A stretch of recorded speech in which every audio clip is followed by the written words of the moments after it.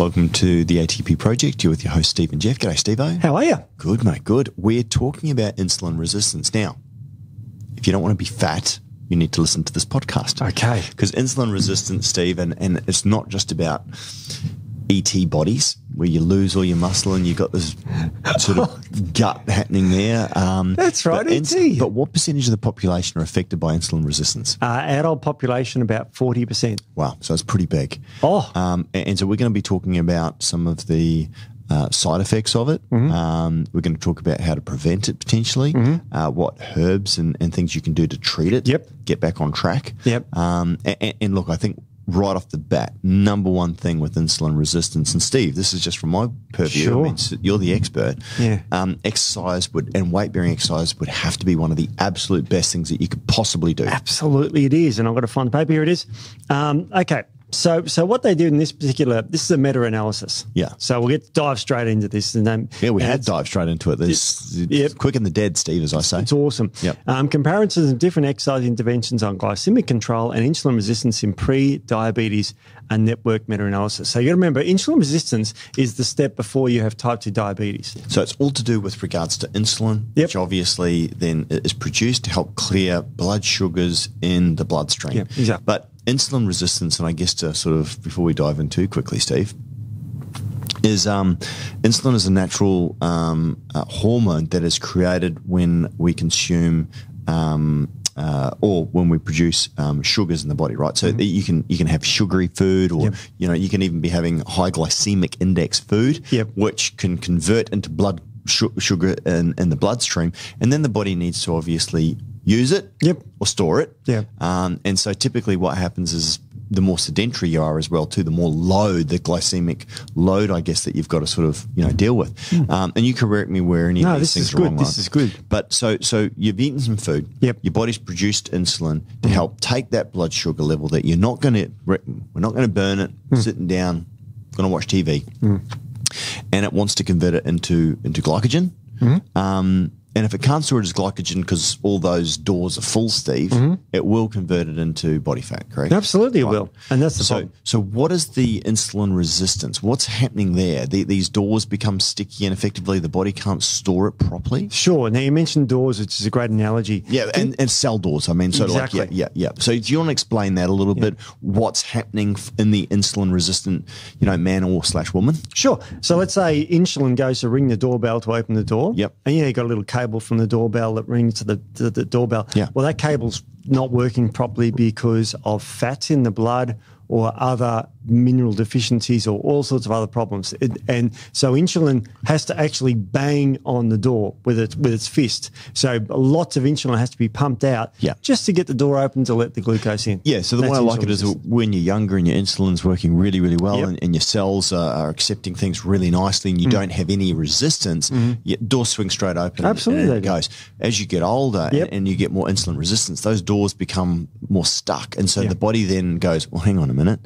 I've got to pump out more insulin. So instead of one dude turning up at your door, you might have 2 or 3 or 4. Exactly. Why is that a problem, Steve? Because eventually what happens is if this continues, your pancreas will wear out. Right. Because that's the one where you're releasing all your insulin the from. The beta cells in the pancreas, it'll wear out. But also, of course, the other problem is that eventually the insulin will stop working. Right. And so you'll get buildup of sugar in the blood, and we call that diabetes. And so then why does the intervention of type 2 diabetes, because this is type 2 diabetes, right? This is type 2. So either the pancreas is worn out or the insulin's not working at all.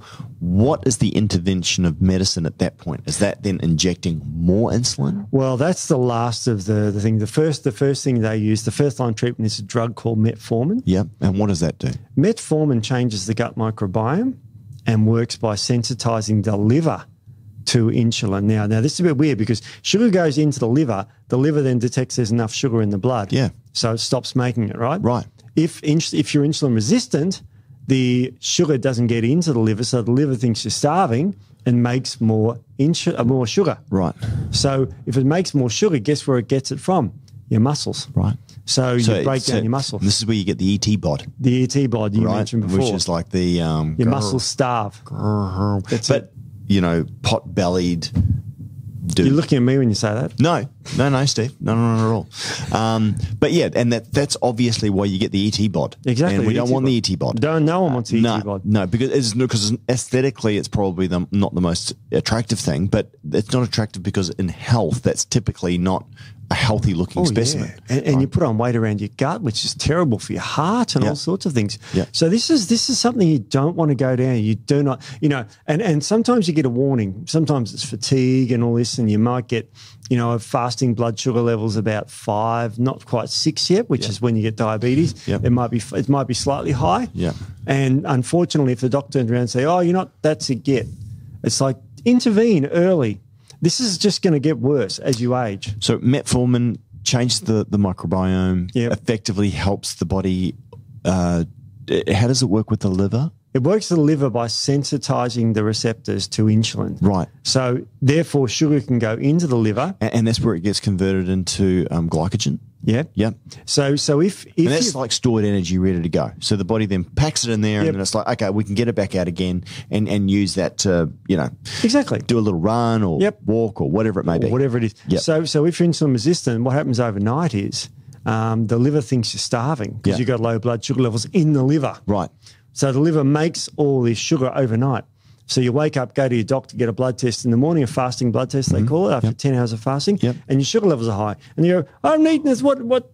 And it's your liver. Right. Because it's insulin resistant, it's making all this sugar. Right. So that's classic diabetes. Okay. Fasting sugar levels above 6. And so we know that a large percentage of the population, and I think growing, anecdotally, Steve, you might have information on this, that the number of people getting delayed or adult onset type 2 diabetes is significantly increasing over the decades. It's going through the roof. Right. And why?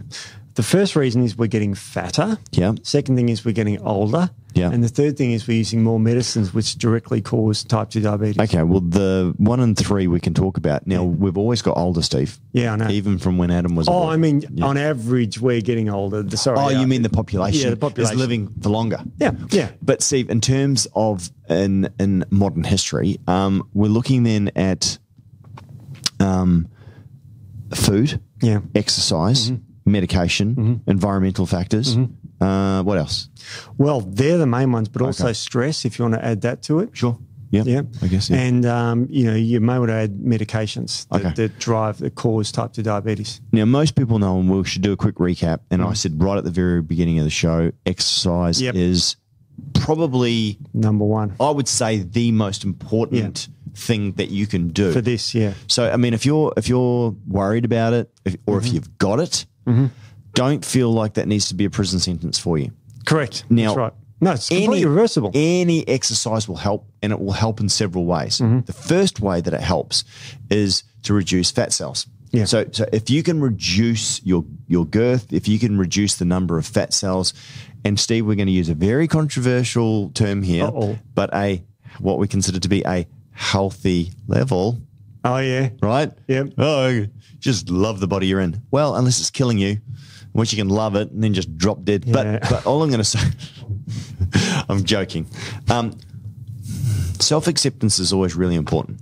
And there may be certain reasons which are stopping you from being able to drop the body fat. Appreciate that. So therefore, if you can, and most people can, and I don't want you to use that as an excuse why you can't. Most people, unless there is a significant metabolic issue, can decrease body fat relatively easily. Yeah, now, that's true. Can it be difficult because your body's craving certain foods? 100%. Are we busy? Are we stressed? Are there environmental factors? Yes, I appreciate all of those things. But if you remove those and determine that this wants to be a priority, losing body fat is a good way to start. And you have a double-edged sword. Or a sword that cuts twice, if you like, probably even better when you exercise, especially if it's weight-bearing. Actually 3 ways, Steve. 1, you're going to increase lean muscle tissue, so you're going to increase muscle mass, which gives you more tissue to store glycogen in. 2, you're also going to help to force you're burning up more glucose. Sure. You're also going to help to force open those doors, lubricate those hinges of those doors to help with the uptake of nutrients into cells. And then fourthly, you're going to also improve your your composition of your body by naturally increasing lean muscle tissues and exercising, burning more energy. Your metabolic rate, your basal metabolic rate is going to increase. You're going to actually burn off more fat cells just through exercising. And that's before we even get to talking about changing your diet. Absolutely. And what they found is what they recommended was aerobic and resistance training was the best one. But even aerobic exercise alone helped in insulin resistance. So aerobic meaning, Steve, you're panting. You're going for a fast walk. Fast walk, yeah. And so you don't, if you're really overweight, or not so overweight, but you're not fit, one of the best things, and I know this sounds really boring, outside of just a straight walk, is that next best thing is what we used to call a power walk. Yeah. So building up a bit of speed. The next best thing, if you can possibly do it, which is even better again, is a hill walk. Yeah. And you might want to start off on a, 5% gradient, 10% gradient, then 10, 15, maybe even 20. Yeah. And if you can find a steep hill to walk up, and by the time you get to that hill, you're going to be sucking them in big time. Absolutely. But it is one of the best things that you can do, specifically if you're sedentary. Now, don't start off going to run a marathon, and make sure that you're exercising. Go and see your healthcare professional, go see your personal trainer, go see your doctor, make sure you get cleared. Yeah. But start. Yep. And start on the flat. Start going literally, set your watch for 10 minutes. Walk 10 minutes in one direction, turn around and walk back. Just gentle pace to start with. Second week, up the pace a little bit. Third week, maybe go find a gentle hill to go up. Fourth week, find an even steeper hill.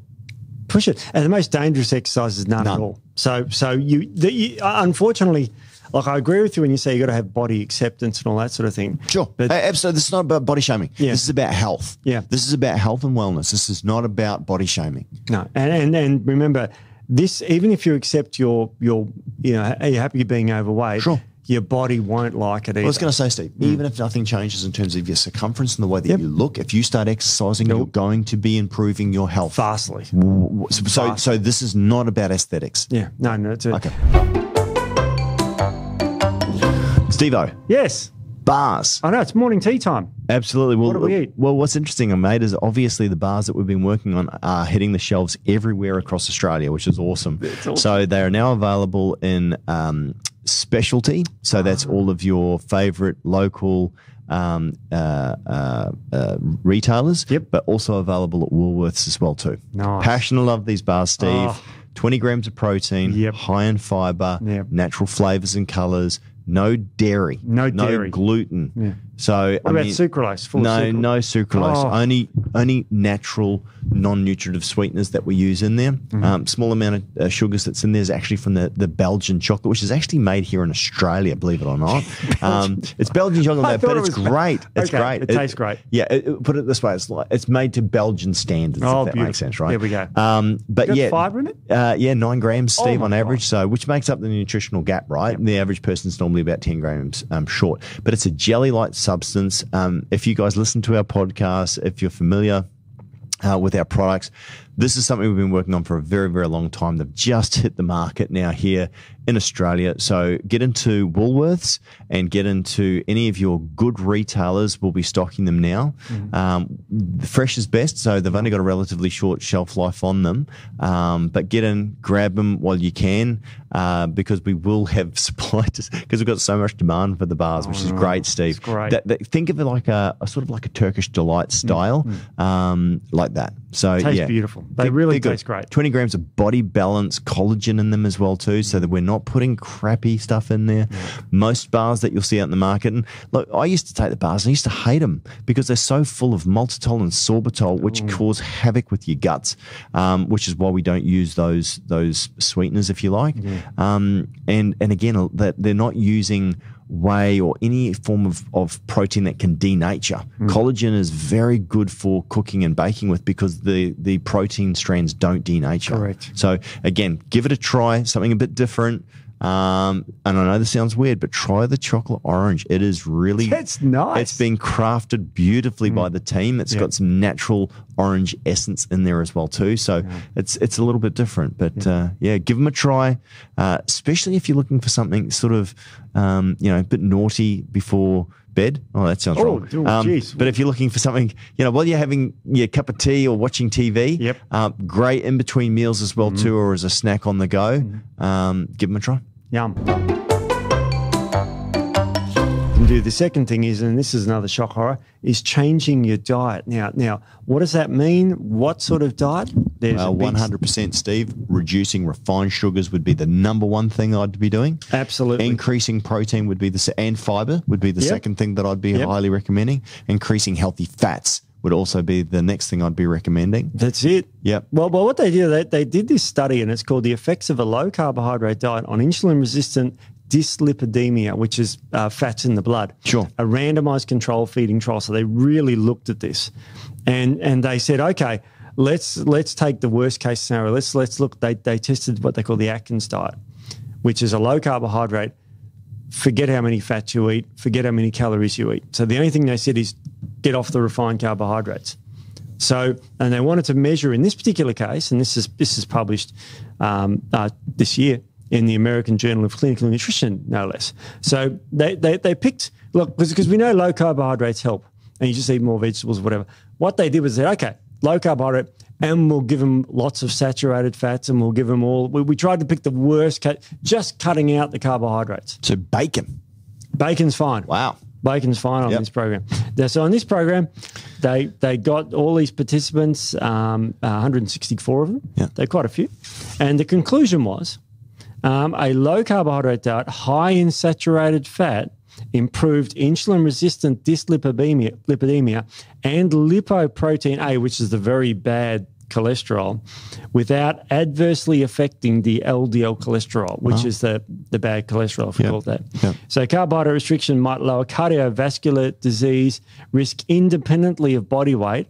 So, so what they found was that, okay, as long as you cut the flour out, you can have saturated fats and all this stuff. This study said it's good for your heart and not going to cause any problems. And it still lowers lipoprotein A, which is the really bad cholesterol in your body. Wow. So, I mean, what we'd say is, no, you don't have to eat saturated fats unless it's medium chain, like coconut oil. Sure. I mean, go get your avocados, go get your nuts and your seeds. Yeah. I mean, we would make that 80% of the fats, right? Yeah. So, fish and stuff like that. Yeah. I mean, look, I understand. I mean, and the nice thing is as well too, if you want a bit of bacon, you want a bit of marbling in your meat and all the rest of it, fine. Yeah. I mean, that's probably, it's like anything, Steve, red wine, great.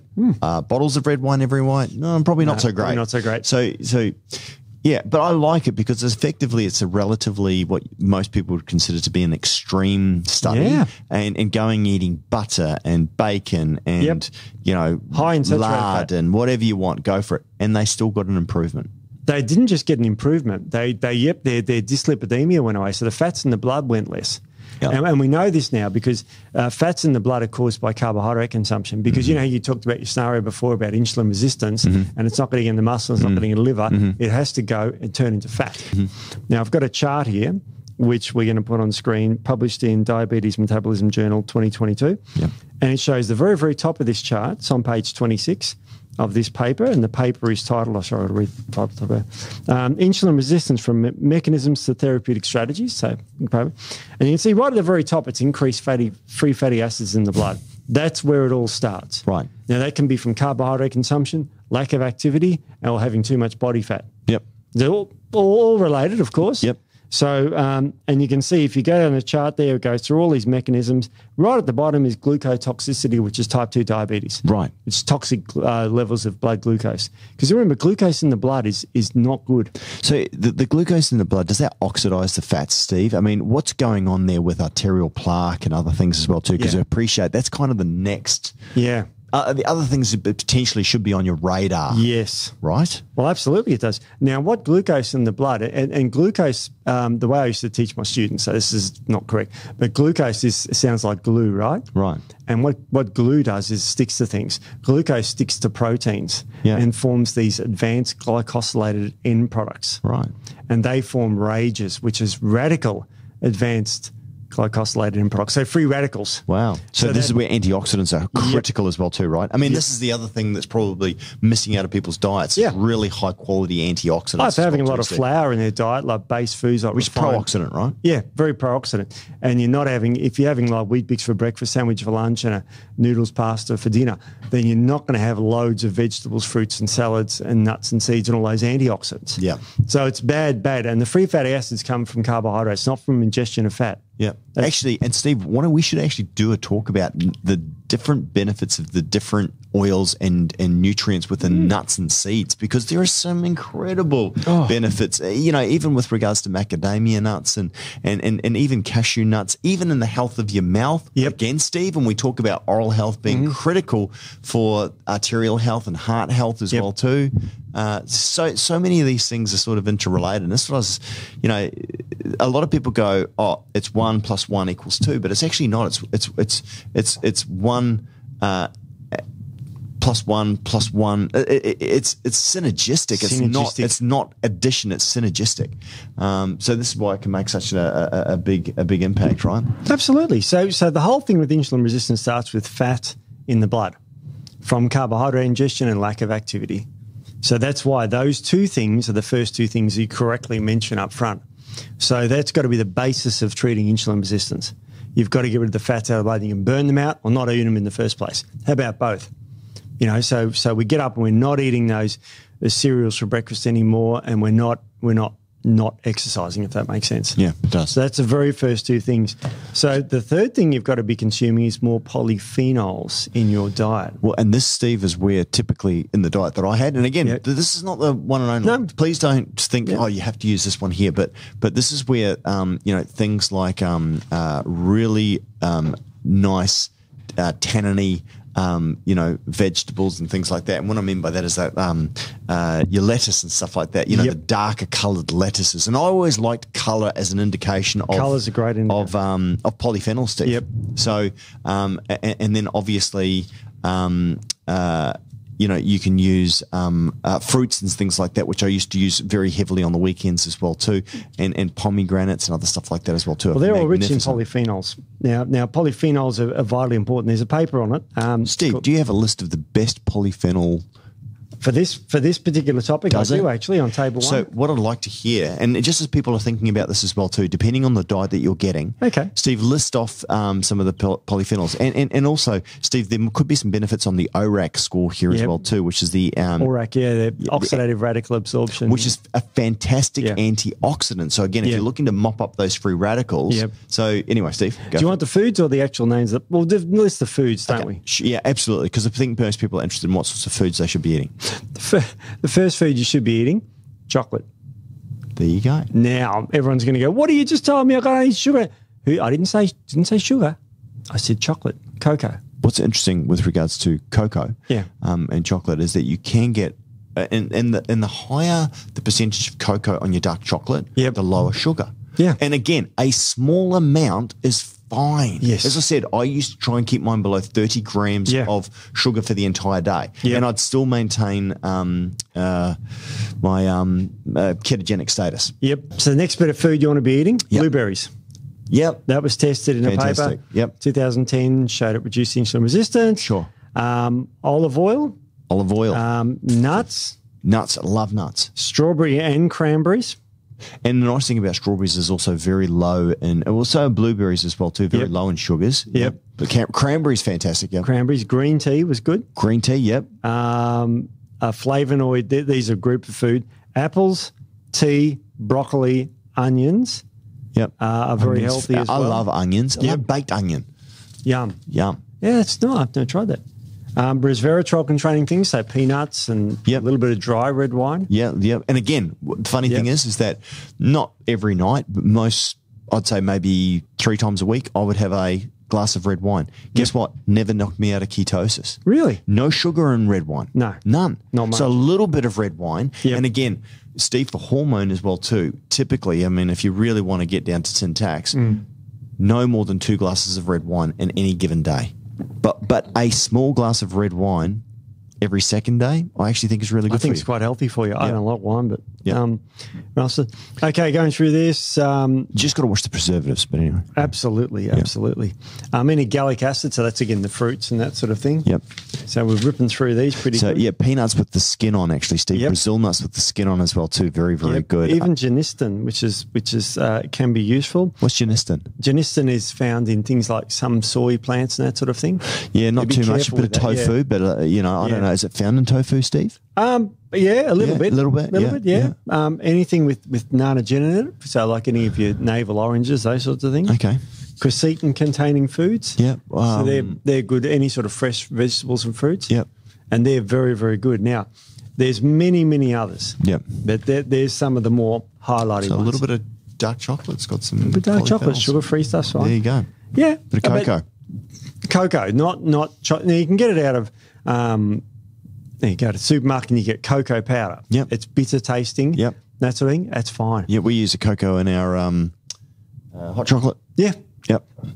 Lots of it. Yep. So you can drink hot chocolate, if it's low in sugar. Yeah, nuts and seeds I like to see as well too, obviously. And again, those leafy greens. Leafy greens are great. Yep. They're all the gallic acid stuff. So Perfect. so they're the best polyphenols. And a bit of green tea as well too. Green tea, yeah, green which tea. is also not bad before a meal.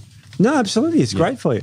So I mean, they're really good. So anything that's rich in polyphenols are very, very good. Yep. Now, the way it works is very interesting, is it because it activates the gut microbiome and it increases a species of bug in the gut.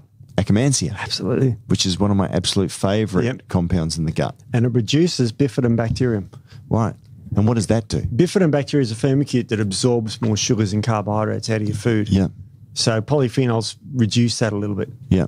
So that's why people say, oh, there's sugar in fruit. Can I eat that? It's like, yeah, but it's full of polyphenols, which restrict the absorption. So you're getting, and again, I'm not going to say bad, because in moderation, sugar is very important and it can work really well for you. Yep. But you're getting a lot of good. Yeah. And this is why, again, refined, high fructose corn syrups with preservatives and all these numbers, or would you rather have an apple?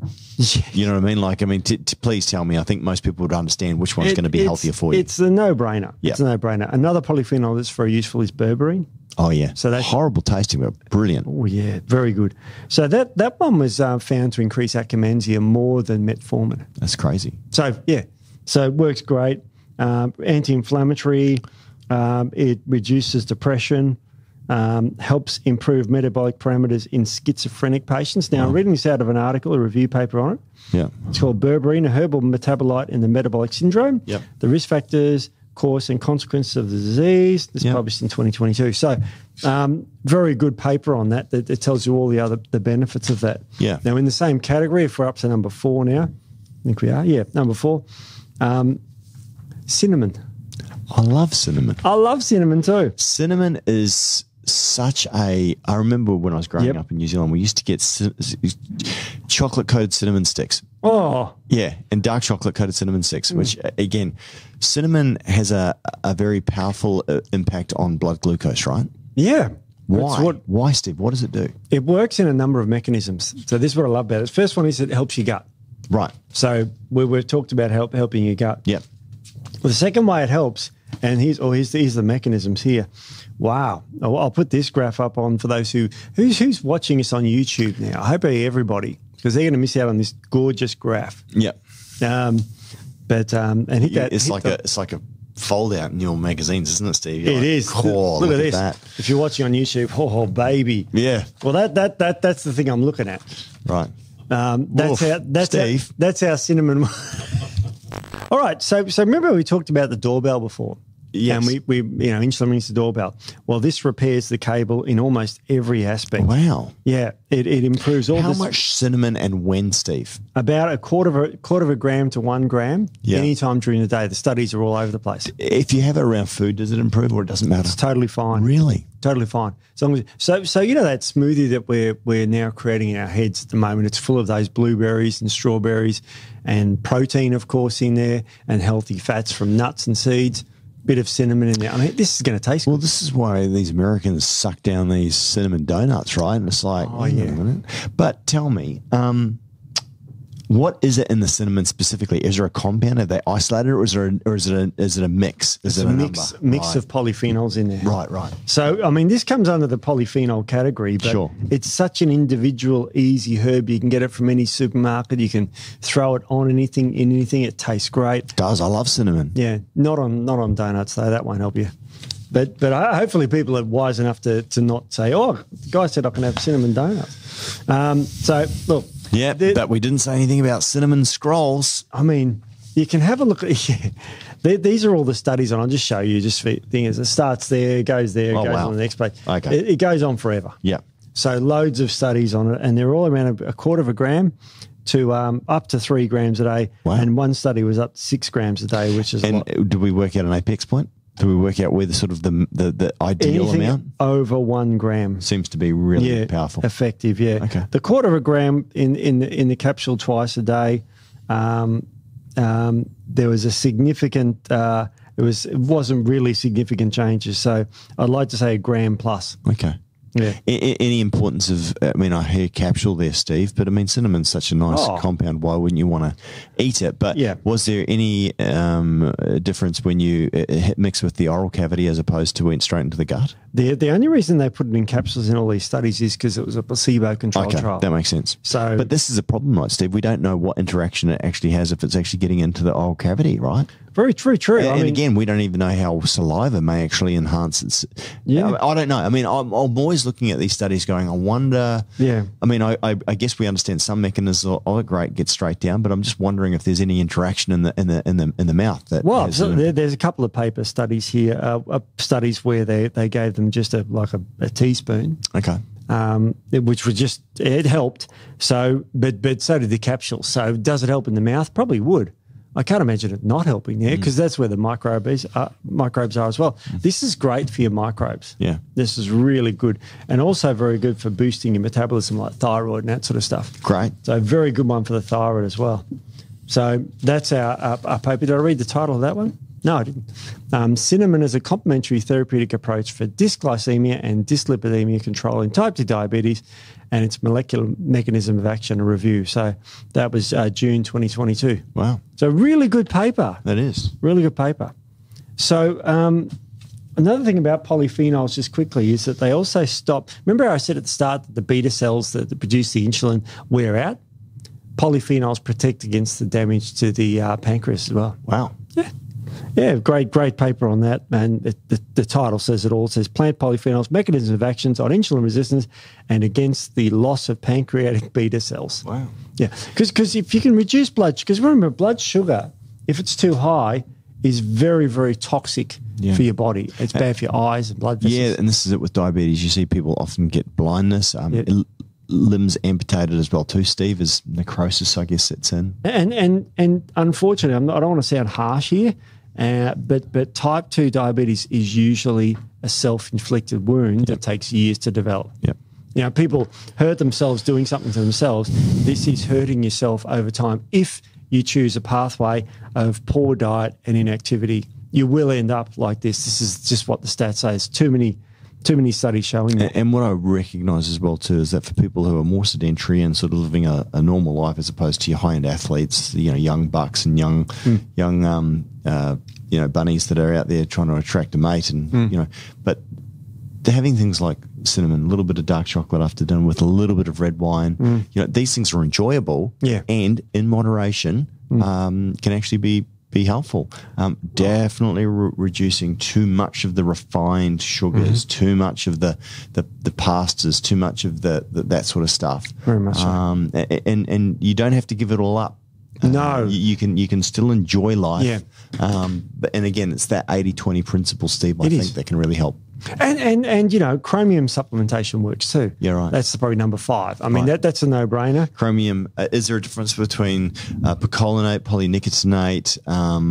What are the other forms? Polynicotinate is the best one for this one. Is that still legal in Australia? I don't know. But chromium picolinate is good as well. Okay. I'm pretty sure that's legal. Yeah. Because chromium works on that doorbell analogy. Again, it works in what they call phosphoinositol 3 kinase enzyme systems in the body that make insulin work better. Right. It just gets things flowing. So simple, cheap chromium pretty in fact, it's not non-toxic. You need it. Do we know what that's? Is that Brazil nuts? What's it found in, Steve? Brazilian nuts is found in brewer's yeast, is where brewer's it mainly yeast. comes from. Yep. Nuts is very good source. Yeah. It depends on the soil they're grown in. Yeah, that's true. So it's a little bit tricky. It's very non-toxic. Yeah. At doses up to because it sounds chromium, like chrome off my bumper, but it's not like that. No, this is the 3+ chromium, which is the human need grade. Yeah. The hexavalent one is. Have you ever seen that Aaron? Not Aaron Mullen. What was that movie? Brockovich. Yeah. Aaron Brockovich. Yeah. They were talking about the hexavalent form, and that's toxic. Yeah. So you want the Nothing to see there. That was misinformation when they brought that out, Steve. That's exactly and then, right. well, there it wasn't. I know. It's one of those things. So the take-home message from this is you can start to paint a picture of what you need to do in your life. I think so. So let's say you wake up in the morning. Yes. And you're insulin resistant. Yes. The first thing you do is go for a walk. Yep. Go to the gym. Yep. Run. And ride. if you can, and again, minimum, go for a walk. Yeah. And do you recommend fasted in the first thing in the morning, Steve? Yes. Because guess what your blood sugar is going to be first thing in the morning? At the highest. Yeah. Yeah. Because your liver's been making it overnight. So get up in the morning and go for a walk and push yourself. Even if it's just 20 minutes, if it's shorter duration, then increase the intensity, obviously with your healthcare practitioner. Yep. Next thing to do definitely is increase weight-bearing exercises if you can, even just 3 times a week, large muscle groups, legs, maybe back, some pulling, rowing exercises, some pushing exercises. It's going to help heaps. And instead of don't be a Fruit Loop, throw out your Fruit Loops because they're high in sugar. Yep. And have maybe go for some eggs. Eggs are good. Yep. That smoothie with all those polyphenols in it. Beautiful, we talked about. Steve. Cinnamon in there. Nice. You put your berries in there. Yep, great. Protein powder in there. Yep. Healthy fats. And as I said, I like nuts. I like fats. I like seeds. Good quality sources of protein. Lots of fiber from veggies and stuff like that as well too. Yep. For lunch, have a big salad full of leafy greens and all this sort of stuff, more polyphenols. And maybe some salmon, Steve, or some fish. If you like chicken, you can have maybe a bit of tofu in there if you're a veggie. Okay. Yeah, if you're one of those people, they sneak in with the humans sometimes. So we love vegetarians. We love vegetarians. They're delicious. It's one behind the camera. So maybe at lunchtime, maybe you've got time to go to the pools for a swim. If you haven't, go for a walk. Yep. That's something. Yep. After I'm trying to, this is best case scenario. You get home from work and, you may get time to do some exercise or go to the gym on the way home from work, get some exercise going. Doesn't have to be for an hour. Just literally 20 minutes, half an hour is a great start. Yep. The biggest thing that people look at is over-analysis leads to paralysis. No, just make it, even if it's every second day. Yep. Even if you just, as I said, every morning get up for a 10-minute walk, 20-minute walk. Once you get into it and it starts making sense, then it'll be fun. Reduce those, those sugars, improve those polyphenols. And there's lots of ways that you can get more, polyphenols into the diet. But yeah. Even you can still have dessert. What about remember those? After dinner mint? After dinner mints. Oh, they're good. Dark chocolate and mint. Yep. Just wash the sugar, the refined sugar intake. Don't eat sugar. Yep. I mean, there's now low sugar mousses. And always recommend as well too, if you're going to have some dark chocolate, like in our bar, we have dark chocolate in our protein bar. Yes. It's 20 grams of protein. It's got 10 grams of fiber. You've got a small amount of dark chocolate on there as well too. Again, those sorts of things can stop you. It's better off to change off really bad, like Tim Tams and cake and stuff like that, and change it out for something. Don't just say no, because then you're just sitting there going, oh, I really wish I had a chocolate biscuit right now. Exactly. Change it out for something better. Something nice. Better for you. Yeah. And so that's sort of the lifestyle. They're the top sort of 5 ways to reduce insulin resistance. And don't wait to get diabetes. No. Don't go, I'm not sick enough yet and all this sort of stuff. I just don't, it's not Prevention's better than cure, Steve. Way better. And if you have got it, hey, the nice thing is that you can turn back the clock. You really can. Yeah. You really can. Exactly. So that's the take-home message for not type 2 diabetes, insulin resistance, which is close to type 2 diabetes. Yep. It's the one step just before. Yeah, just before. Yeah. All right. So that's what we do. Thanks, Steve. Now, we've got some comments, some feedback, which is great. So I'm going to read these ones out. All right. Hi, love the podcast. It's my regular for just over a year now. Could you please touch on iron overload and deficiency, more so the former hemochromatosis? Jessica. So thank you, Jessica. That came directly to our info@ATP Science email address. Appreciate that so much. A friend of mine had hemochromatosis, Steve. Right. It's an interesting disease, obviously, with doing not being able to too much iron in the blood, right? They can't regulate the absorption of iron; it all gets absorbed. Yeah, yeah. Not good. So we could probably do a quick one on hemochromatosis and iron in the blood, and the importance of iron and too much, too little. Yeah, and what you can do about it. I mean, it's a genetic disease. Yeah. So you're always going to absorb iron. So bloodletting is what they commonly use. Yeah. Is there anything in terms of food, Steve, that you'd recommend for hemochromatosis? Anything high in zinc. Yeah, that's right, because you're talking about binding the iron to the zinc, right? It knocks it out. It knocks it out. Yeah. So it makes it very difficult for iron to be absorbed if zinc is present. Right. So you normally zinc. Yeah. If I have too much zinc, I feel sick. Yeah. Right. Yeah, that's osmosis in your gut, drawing the water in there. But you just have a little bit of zinc every day with meals. Yep. You've got to go off red meat. I remember you saying that. Yeah. No red meat. Yeah. Yeah. So get rid of red meat, which I'm sure Jessica's probably already doing. Oh, yeah. Lots of fish. Yep. Avoid high iron types of foods, which again, should probably know what they are. And take zinc with each meal. Yep, and give blood every month. And get blood every month. Perfect. Bloodlet. That's it? Yeah. And maybe, get some... what are those things that bite you in the Amazon? Leech, yeah. Oh, leeches. Maybe get some leeches. Just, what's that in your arm? They're just my leeches. They're just my bloodletting. Yep. Yeah. Sucking away. And this one's from Beck. Favorite podcast ever. So insightful. Love to learn something each time I listen to an episode. ATP Science products are the best around. Long time buyer, will continue to buy from them forever. Thank you, Beck. Love it. Beck. Love the feedback, guys. Love it. Again, love you to get your questions. Love to get your feedback. Don't forget, guys, you can either jump onto info@atpscience.com and send us a message. You can jump onto our website and talk directly with Aaron or Tom or Tony or Beck. There's a whole heap of people there that you can talk to. But yeah, love to hear from you. Keep them coming, guys. Appreciate the support. If you're on YouTube, and again, you poor people. But if you could hit the like button and also the subscribe button, we'd appreciate that. So Beck and Jessica, please jump onto the site or send an email through. We'd love to send you out just a little thank you for being part of the show. And in fact, if we read out your comment, or your question on the show, you're going to get a little prize from us or a little thank you from us. So please jump on. And the easiest way might even be to go to the website. I think Tom's on today, so you can jump onto you won't be getting this today, but Tom's there, Aaron's there. But you can jump on there and say, hey, Steve and Jeff mentioned me on the podcast. I'm famous. I'm here for my goodies. And it will send you out a little thank you. That's great, isn't it? Yeah. Steve. Yes. You're going to blog this? I've blogged it already. I've blogged it, and I'm going to make a blog so it's in writing for people to watch the top 5 ways to get rid of insulin resistance. Great. So if you've enjoyed this, guys, and you're driving and you can't take notes, but you want to sort of go back and revisit what we said, jump onto the website, have a look at the blog. It's in the bloggy section, wherever that is. Do we know where the blog section is, Matt?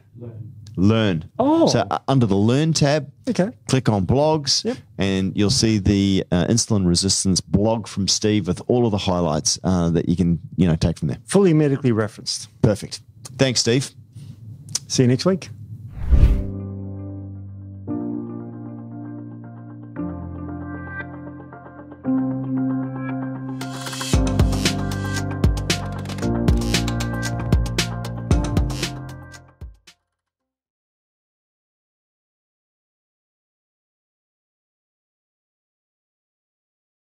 Yep. Sorry. We're talking about. Cut that. Cut that. Cut that. Damn it. Got my morning insulin. So the first thing you do, go for a walk. I'm sorry, Steve. Was that English? Got my morning insulin. So the first thing you do, go for a walk. Yes. What did you just say then? Oh, I just spoke a bit fast. Yeah, you sure did. Absolutely. And when you come home, don't be a Fruit Loop. Did I say something funny? Oh. I didn't even pick up on that. I'm just like, okay. Oh, jeez. Just like, yeah. What? I think we have to cut that one. Oh, really? Yeah. Oh, okay. Jeez. It's got to stop laughing now.